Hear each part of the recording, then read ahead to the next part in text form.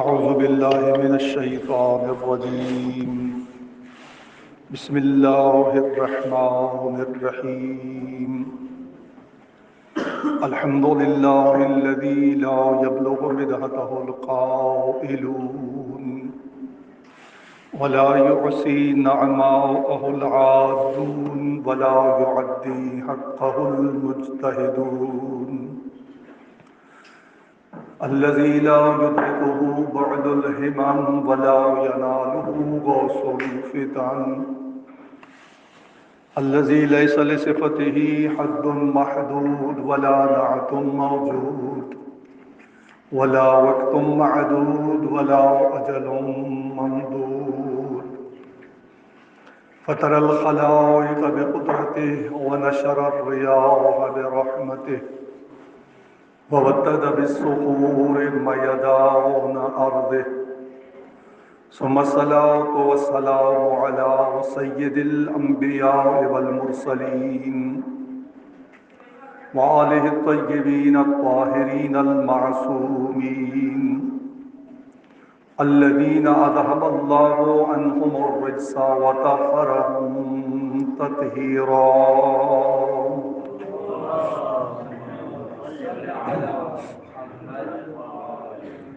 أما بعد فقد قال الله تعالى في القرآن المجيد بسم الله الرحمن الرحيم.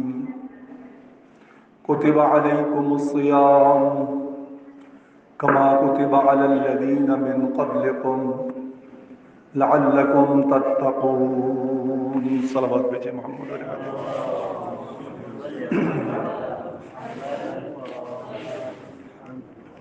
چونکہ رمضان المبارک کی آمد ہے، عبادات کا مہینہ ہے، اور اس کی آمد سے پہلے اس مبارک مہینے کا ہم پر حق ہے کہ ہم اس کے لیے اپنے آپ کو تیاری کریں. کسی بھی مادی سفر پر نکلنے سے قبل انسان مادی لوازمات اکٹھے کرتا ہے تاکہ وہ سفر اچھے طریقے سے بسر ہو. یہ مبارک مہینہ جو آ رہا ہے یہ ایک مانوی سفر کا مہینہ ہے، ایک روحانی سفر کا مہینہ ہے. تو روحانی طور پر، ذہنی طور پر اس بات کے لیے تیار ہونا ہے کہ مہینہ جو آ رہا ہے اس کی آمد میرے لیے باعث برکت ہو، باعث رحمت ہو، باعث فضل ہو. اور وہ اسی صورت میں ممکن ہو سکتا ہے کہ جب انسان ذہنی طور پر آمادہ ہو اور اس مبارک مہینے کے حق کو سمجھتا ہو. جب تک اس مبارک مہینے کا حق جو ہم پر ہے ہم نہیں سمجھ پائیں گے تو اس کی ادائیگی اور اس کے فیض و برکات سے ہم کما حق مستفید نہیں ہو سکیں گے. چونکہ عبادت کا مہینہ ہے، یہ تو ایک عام سی اصطلاح ہے کہ عبادت، لیکن جب یہ لفظ عبادت ذہن میں آتا ہے تو انسان کی توجہ فوراً چند ایسے احکامات کی طرف یا فرائض کی طرف متوجہ ہو جاتی ہے کہ جن کو ہم عبادت سمجھتے ہیں. نماز کی طرف، روزے کی طرف یا دیگر احکامات شریعت کی طرف ہماری توجہ مبذول ہو جاتی ہے اور ہم سمجھتے ہیں کہ اگر ہم اس کام میں مصروف ہیں تو ہم عبادت کر رہے ہیں. لیکن جو عبادت کی روح ہے یہ تو بدن ہے عبادت کا، کہ کسی کو دیکھ کر ہم اسے عابد کہہ دیتے ہیں، لیکن عبادت کی روح جو اس مہینے کے اندر ہم نے حاصل کرنی ہے تاکہ ہماری چھوٹی سی ظاہری عبادت اپنے مفہوم، معانی اور اپنے اثرات اور نتائج کے اعتبار سے اللہ کی بارگاہ میں قبول بھی ہو اور ہمارے لیے سرچشمہ فیض بھی ہو، تو اس کے لیے ضروری ہے کہ ہم عبادت کے مفہوم کو سمجھیں۔ عبادت دراصل بندگی سے ماخوذ ہے، یعنی اس کا جو پیراہن ہے عبادت کا، یہ اس کی جو زینت ہے یا اس کی جو روح ہے وہ ہے بندگی۔ تو انسان جس کی بندگی میں ہوتا ہے، حقیقت کے آئینے میں وہ اسی کی عبادت کر رہا ہوتا ہے، وہ اسی کا بندہ ہوتا ہے۔ اب اگر بندگی غیر اللہ کی ہو اور ظاہری عبادت اللہ کی ہو رہی ہو تو خدا کو یہ عبادت قبول نہیں ہے۔ عبادت کا جو مفہوم ہے وہ یہ ہے، بسم اللہ الرحمن الرحیم، ما آتاکم الرسول فخذوہ وما نہاکم عنہ فانتہوا۔ یہ ہے عبادت، یہ ہے بندگی، کہ جس جس بات کا میرا رسول تمہیں حکم دیتا جائے مانتے جاؤ، اور جس سے روکتا جائے رکتے جاؤ، یہ بندگی ہے، اور یہ بندگی ہی عبادت ہے۔ یہ رمضان ہمیں یہی چیز سکھاتا ہے کہ جب خدا نے کہا ہے کہ دن بھر کچھ نہیں کھانا، کچھ نہیں پینا، تو کوئی دیکھنے والا نہیں ہے، لیکن اس کے باوجود کیونکہ ہم بندگی میں آ چکے ہیں، ہم منزل تسلیم و رضا پہ کھڑے ہیں، تو کوئی نہیں دیکھ رہا، لیکن ہمارا شعور، ہمارا عقیدہ، ہمارا یقین ہمیں یہ کہتا ہے کہ جس نے روکا ہے وہ دیکھ رہا ہے، تو ہم اس کی حکم عدولی نہیں کرتے۔ یہ تصور بندگی ہے، یعنی روزے سے جو پہلا اثر ہماری شخصیت پہ پڑتا ہے وہ یہی بندگی ہے۔ اور دوسرا منزل یقین، کہ روزے سے ہم یقین کی طرف ہمارا سفر شروع ہو جاتا ہے۔ اگر خدا پہ یقین نہ ہوتا تو پھر ہم سارا دن بھوکے اور پیاسے کیوں رہتے؟ اگر خدا پہ یقین نہ ہوتا تو خلوتوں میں کھا پی لیتے۔ تو یہ خلوتوں میں نہ کھانا پینا اور اللہ کی اتباع میں رہنا اس بات کی دلیل ہے کہ ہمیں اس خدا پر یقین ہے کہ وہ ہے۔ تو یہ بندگی کی جو معراج ہے وہ یقین ہے۔ بندہ ہوتا ہی وہ ہے جو منزل یقین پر کھڑا ہو۔ امام زین العابدین علیہ الصلوۃ والسلام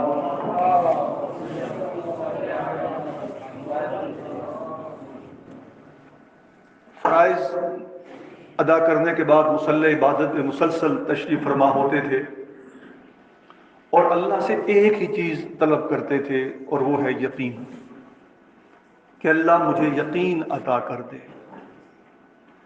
اور امیر المومنین علی بن ابی طالب علیہ الصلوۃ والسلام کا فرمان ہے کہ تم احکامات الہیہ پر اس طرح عمل کرو گویا اس شخص کی مانند ہو جاؤ جو ان تمام چیزوں کو اس آنکھ کے ساتھ دیکھ رہا ہے، اتنا یقین کامل ہو۔ تو جب انسان منزل یقین حاصل کر لیتا ہے تو پھر وہ بندگی کے سفر پہ چل نکلتا ہے۔ اور اگر معصوم کا فرمان ہے کہ شک کی عبادت سے یقین کی نیند بہتر ہے، کہ ایک انسان شک کی کیفیت میں ہے، اسے خدا پہ یقین نہیں ہے، اس کی پوری زندگی بے یقینی میں بسر ہو رہی ہے،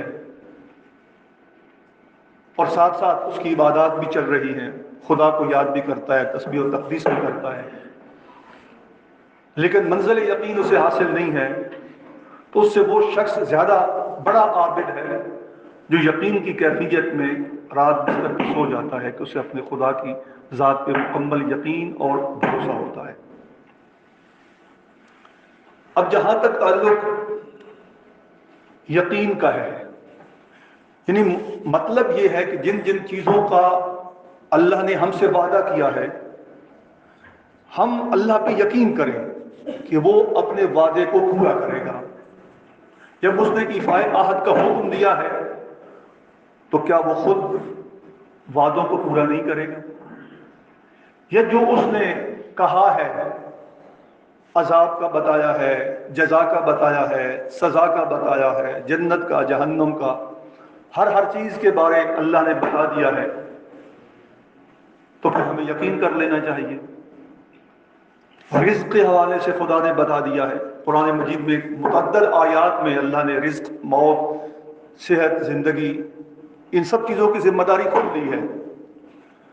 تو جب یقین ہو جائے اس ذات پر کہ سب کچھ عطا کرنے والی ذات وہی ہے، تو پھر انسان اپنے رب کے ساتھ وابستہ ہو جاتا ہے اور اپنی تمام تر امیدیں اسی ذات کے ساتھ وابستہ کر لیتا ہے۔ اور جب انسان یقین کی منزل سے نیچے آتا ہے تو پھر وہ در بدر کی ٹھوکریں کھاتا پھرتا ہے اور اپنی زندگی اپنی مادی مفادات کی نظر کر بیٹھتا ہے۔ صلوات بھیجیے محمد علی بیت محمد پر۔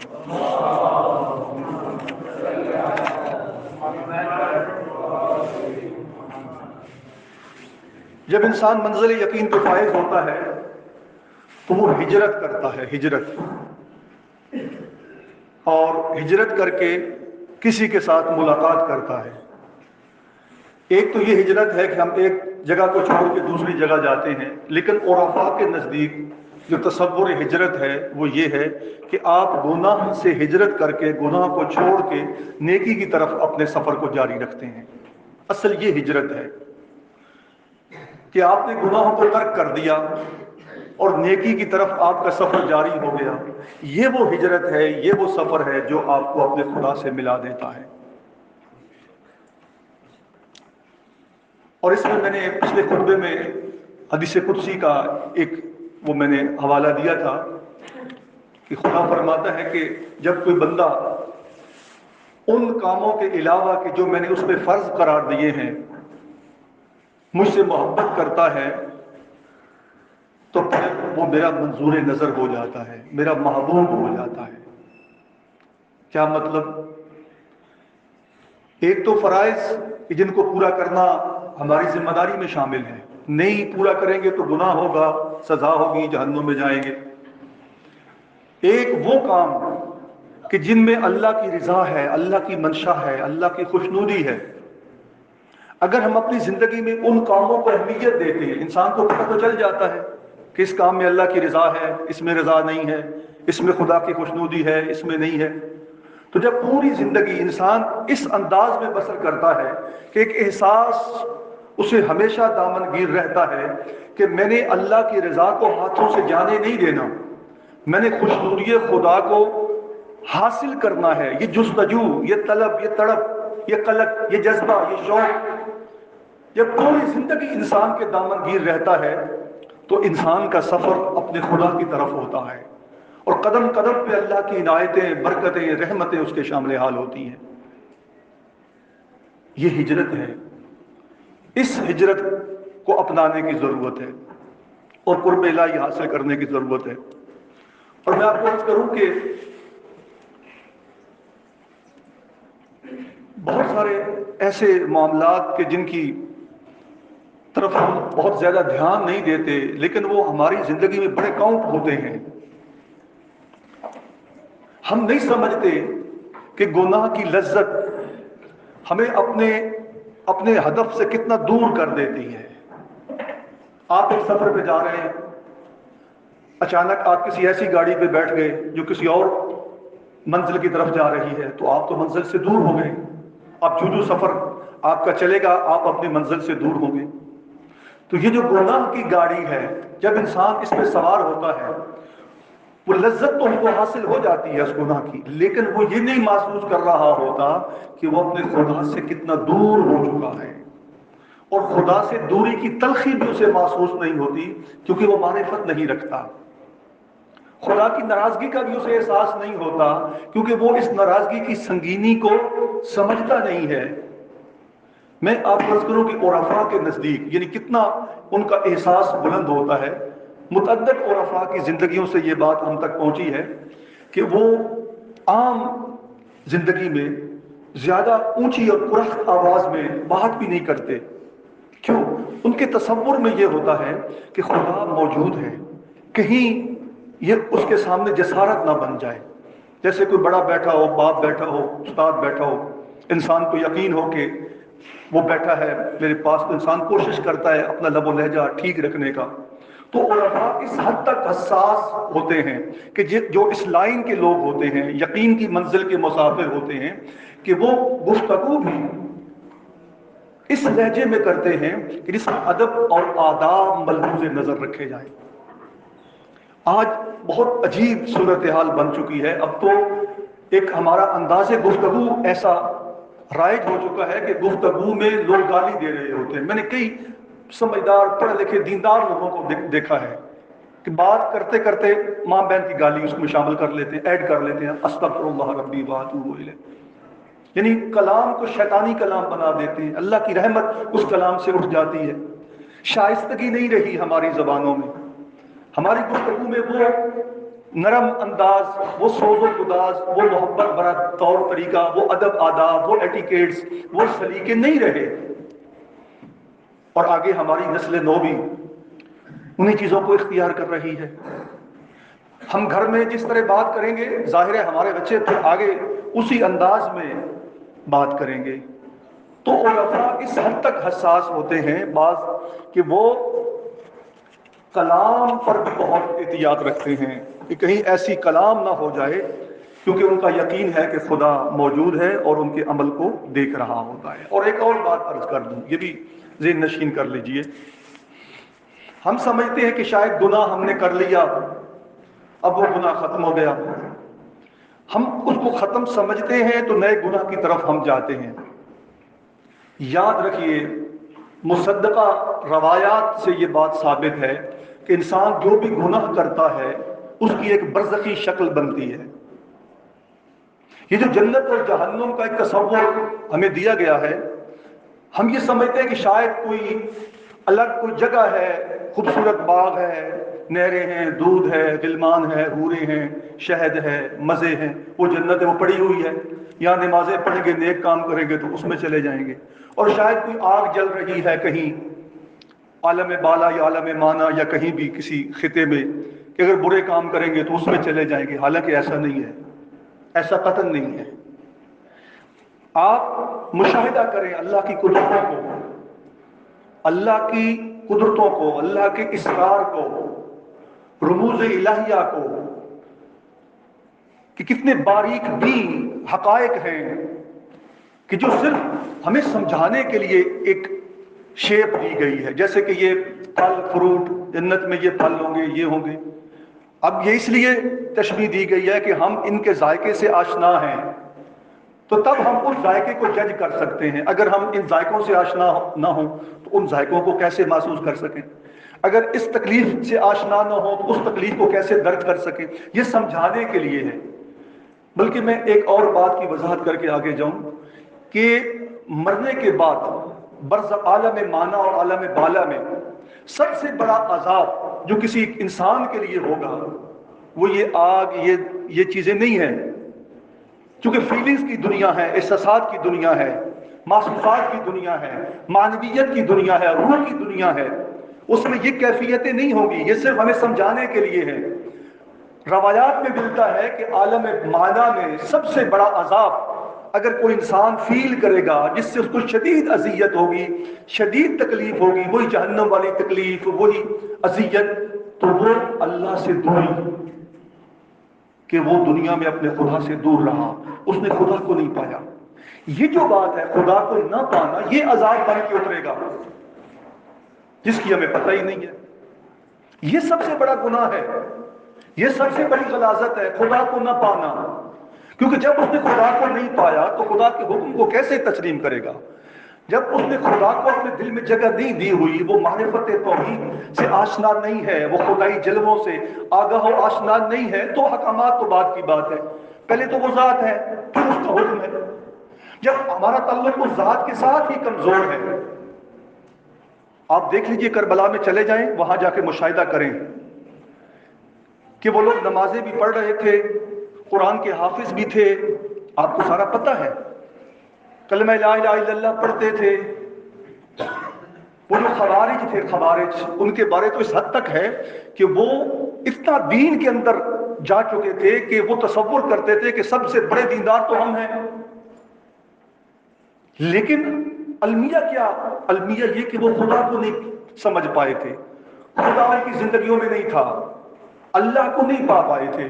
جیسے ایک عارف کہتے ہیں کہ سب سے بڑی دعا تو یہ ہے کہ اے خدا تو مل جا، بس اور کیا دعا ہے؟ وہ مل گیا تو کائنات مل گئی۔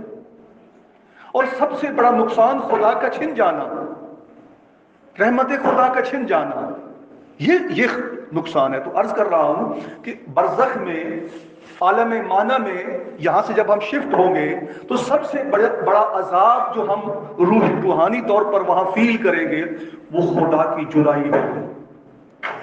آپ دعائے کو محل پڑھیں، وہاں سے آپ کو اندازہ ہو جائے گا کہ یہ فراق الہی کتنا سخت ہے۔ مولا فرماتے ہیں کہ اے خدا میں تیری آگ پر، جہنم جس سے ہم ڈرتے ہیں، مولا فرما رہے ہیں کہ اے خدا تیری جہنم کی آگ پر تو میں صبر کر لوں گا، لیکن تیرے فراق پہ کیسے صبر کر سکوں گا؟ صبر تو علی حر نارے کا فکیف اصبر الی فراقک، کہ میں تیری جہنم کی آگ پر تو صبر کر لوں گا لیکن تیری جدائی کو کیسے برداشت کر سکوں گا؟ یہ جدائی عذاب ہے جو آج ہمیں محسوس نہیں ہو رہا۔ پھر دوسری بات کہ میں نے عرض کیا کہ جو بھی ہم گناہ کرتے ہیں، گناہ نہیں جو بھی عمل کرتے ہیں، اب تو سائنس نے بھی پروو کر دیا ہے کہ آپ کی آوازیں بھی اس کائنات کے اندر محفوظ ہیں، یہی ریورس ہوں گی، آپ کو سنائی جائیں گی، یہ ویڈیو میں ہر چیز آ جاتی ہے، جو بولتے ہیں سب کچھ اس کے اندر سیم وہی چیز جیسے بندہ بول رہا ہے۔ آج کی سائنس اور ٹیکنالوجی اور جو خدا کی ٹیکنالوجی ہے اس کا اندازہ آپ کر سکتے ہیں۔ علم کے 10 حصے 10 میں سے بھی ایک پورا نہیں ہے تو آج دنیا یہاں ہے۔ امام زمان جب تشریف لائیں گے تو پورا علم 10 حصے آئیں گے تو پھر ماحول کیا ہوگا؟ خدا کی ٹیکنالوجی۔ تو جو بھی ہم عمل کرتے ہیں آپ یہ نہ سمجھیں کہ وہ عمل ضائع ہو گیا، میں نے نیکی کر دی بس ثواب مل گیا۔ ہمارا تصور اس حد تک ہے کہ نیکی کی ثواب لے لیا، گناہ کیا بدی گناہ ہو گیا کچھ نہیں کریں گے، حالانکہ ایسا نہیں ہے۔ جو نیکی یا گناہ جو بھی عمل ہم انجام دیتے ہیں وہ ایک برزخی شکل اختیار کرتا ہے، وہ قبر میں بھی وجود پذیر ہوتا ہے اور برزخ میں بھی وجود پذیر ہوتا ہے۔ اگر یعنی بعض اعمال ایسے ہیں کہ وہ کتے کی شکل اختیار کرتے ہیں، انسان کے بعض اعمال ایسے ہیں سور کی شکل۔ یہ جو ہم کہتے ہیں نا کہ وہاں قبر میں ہمیں کیڑے مکوڑے، وہ کیڑے مکوڑے ہم نے خود بنائے ہوئے ہوتے ہیں، وہ سانپ ہم خود دنیا میں اپنے لیے اپنی قبر کے لیے بناتے ہیں۔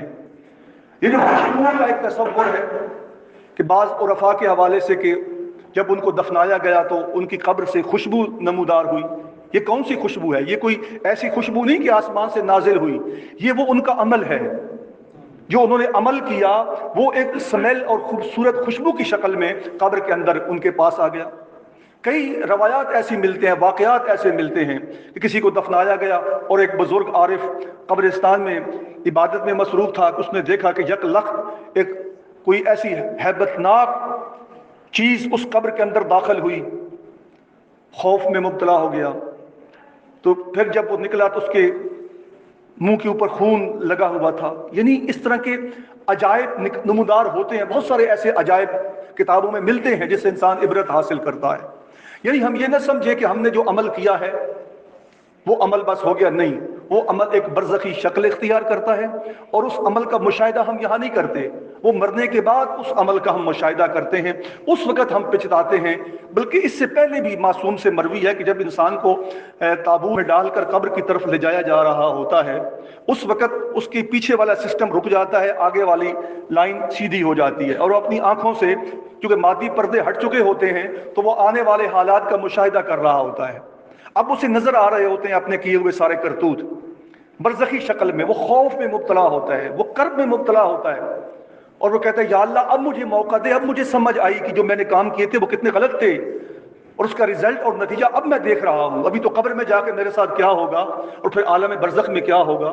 وہ کہتا ہے کہ اللہ اب مجھے موقع دے، میں دوبارہ دنیا میں جاؤں اور پھر میں نیک کام کروں۔ تو معصوم فرماتے ہیں چونکہ ہر شخص کے ساتھ یہ کام ہونا ہے تو آپ سمجھیے کہ فرض کیا آپ فوت ہو گئے، آپ کو تابوت میں لے جایا جا رہا ہے اور آپ نے اپنی آئندہ آنے والے حالات کو جج کیا، دیکھا، مشاہدہ کیا، آپ نے اللہ سے کہا کہ مجھے اللہ واپس کر لو، آپ کو زندگی عطا ہوگی، اب کر لو۔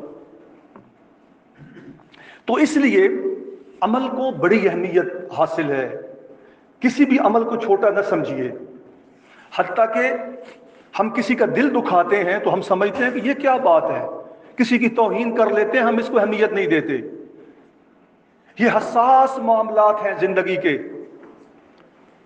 یعنی جب میں اپنی توہین برداشت نہیں کر سکتا، میں یہ نہیں پسند کرتا کہ میری عزت پر کوئی آنچ آئے، کوئی میری دولت میں رخ نہ ڈالے، کوئی میری معیشت کو برباد کرے، کوئی مجھے برا بھلا کہے،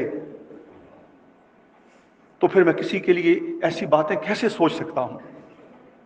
تو ہر عمل میں عرض کر رہا ہوں کہ شکل اختیار کرتے ہیں۔ ایک اور بات سنیے، یہ عموماً ہم صدقہ دیتے ہیں، اب یہ بھی ہماری ایک عجیب ایک روش چل نکلی ہے کہ جی اللہ ہمیں بلاؤں سے محفوظ رکھے، اللہ ہمیں صحت دے، صدقہ دیتے ہیں۔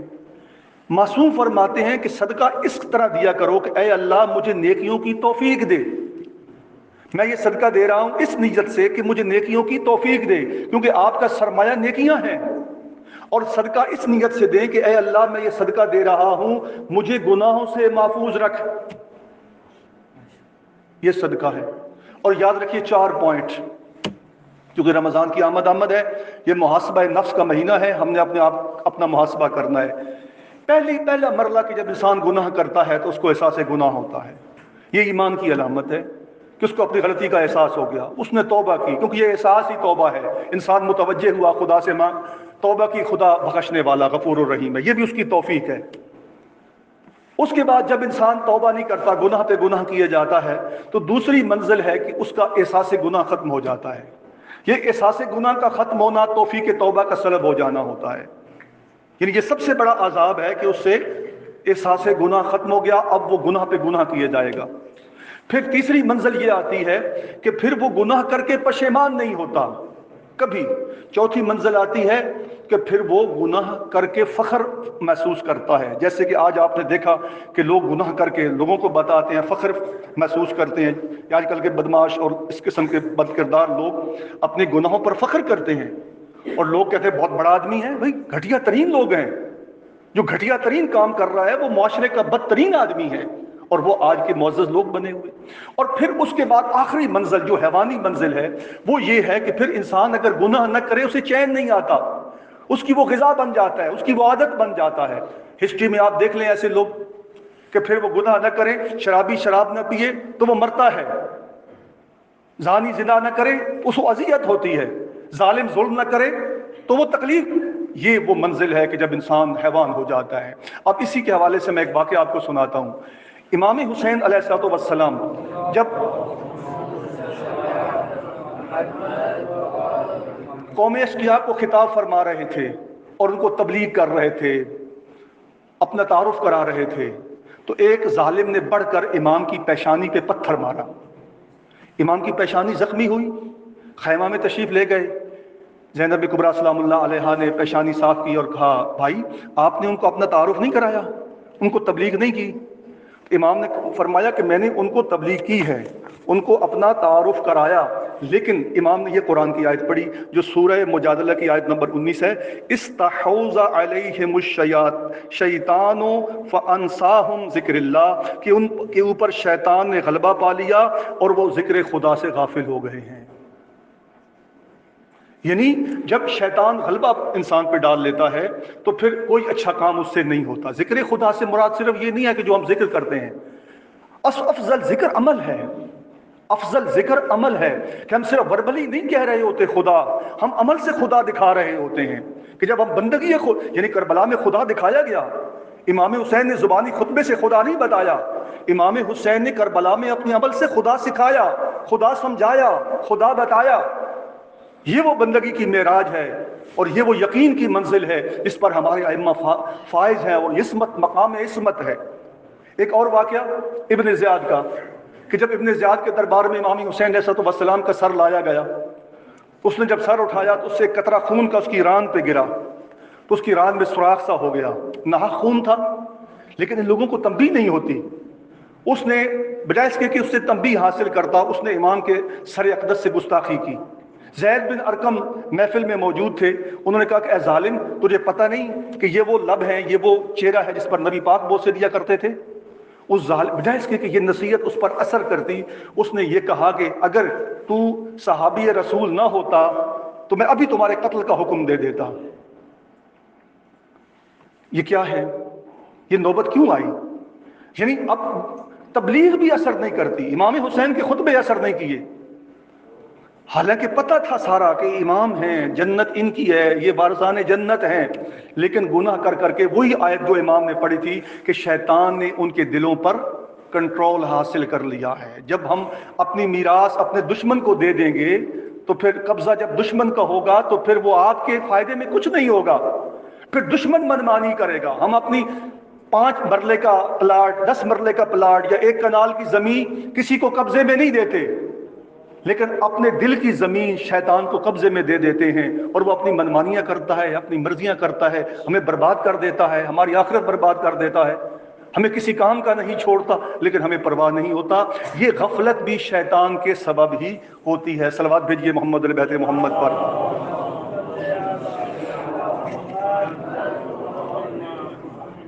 تو میری دعا ہے اللہ تبارک و تعالی ہماری توفیقات خیر میں اضافہ فرمائے، اور باقی انشاءاللہ میرے خیال میں تھا کہ حج کے حوالے سے میں کوئی بات کروں گا۔ ہمیں نہیں پتہ کہ کتنے کتنے اہم فرائض ہیں جن سے ہم آگاہ نہیں ہیں، ہمیں ان کی معرفت نہیں ہے۔ حج اتنا بڑا فریضہ ہے، حیران کن اسرار الہیہ میں سے سب سے بڑا راز حج بیت اللہ ہے، سر الہی ہے، رموز اور اسرار ہی اسرار ہیں۔ بیت المعمور کی شکل میں اس کا ہونا، حجر اسود کا وہاں پہ ہونا، حضرت ابراہیم کا بوسہ، یعنی پورے اس کے، اور یہ خانہ کعبہ کا طواف حضرت آدم علیہ السلام سے پہلے 2000 سال پہلے تک ہوتا رہا ہے اس زمین کا، یہ زمین مخصوص ہے۔ تو انشاءاللہ پھر موقع ملا تو تفصیلاً حج پر بات ہوگی، تاکہ 2 چیزیں ہمارے درمیان رائج نہیں ہو رہی، لوگ آگاہ نہیں ہیں، ایک خمس کی اہمیت اور دوسری حج کی اہمیت، یہ بتانے کی ضرورت ہے۔ انشاءاللہ اپنے خطبوں میں، چونکہ جمعے میں لوگ کافی تشریف فرما ہوں گے، تو یہ 2 موضوعات ہوں گے، اس پہ بات ہوگی کہ خمس سے جب ہمارا مال ہی پاک نہیں ہے تو پھر پاکوں سے محبت کیسی، پھر نماز کیسی، پھر روزہ کیسا، پھر افطاری کیسی۔ سوچیں نا اس بات پہ کہ روزہ بھی تو اللہ کے حکم سے ہی ہے، حج بھی اللہ کے حکم سے، خمس بھی اللہ کے حکم سے۔ ایک اللہ کا حکم مانتے نہیں، باقی ہم سارے مان لیتے ہیں، تو پھر وہ کیسے اللہ قبول کرے گا؟ جو بیس ہے وہ ہے ہی نہیں، بیس لیس عمل، اس عمل کی بنیاد ہی نہیں ہے، وہ کیسے برابر ہوگا؟ جس درخت کی بنیادیں ہی آپ نے کاٹ دی ہیں، اس سے آپ توقع رکھیں کہ وہ پھل دے گا؟ پھل نہیں دے گا۔ تو خمس بہت اہم موضوع ہے، اور اس کے علاوہ حج ہمارے ہاں بہت کم، اور تیسری جمعہ تھا جو الحمدللہ رائج ہو گیا۔ یہ 3 ایسی چیزیں ہیں جو ہماری ملت میں بڑی دیر کے بعد انٹروڈیوس ہوئی ہیں، جمعہ، نماز جمعہ، حج اور خمس۔ تو اللہ تبارک و تعالی ہماری توفیقات خیر میں اضافہ فرمائے۔ حج کے لیے اگر کوئی دوست جانا چاہیں تو ہمارے ساتھ رابطہ کر سکتے ہیں۔ ایک ہمارے دوست ہیں، عالم دین ہیں، وہ حج پہ لوگوں کو لے جاتے ہیں۔ مجھے انہوں نے کہا تھا کہ آپ لوگوں کو بتا دیں، انشاءاللہ تسلی بخش ہوگا، اور میری بھی بڑی تسلی ہے ان کی کہ وہ صحیح ان کا سارا مناسک حج وغیرہ اور بڑا پیکیج اچھا ہوتا ہے۔ اگر آپ میں سے کوئی جانا چاہیں یا آپ کے دوست احباب تو ہم سے رابطہ کیجیے گا۔ تو باقی دعا کیجیے، رمضان المبارک آ رہا ہے، انشاءاللہ مزید اس پہ باتیں آگے چلیں گی۔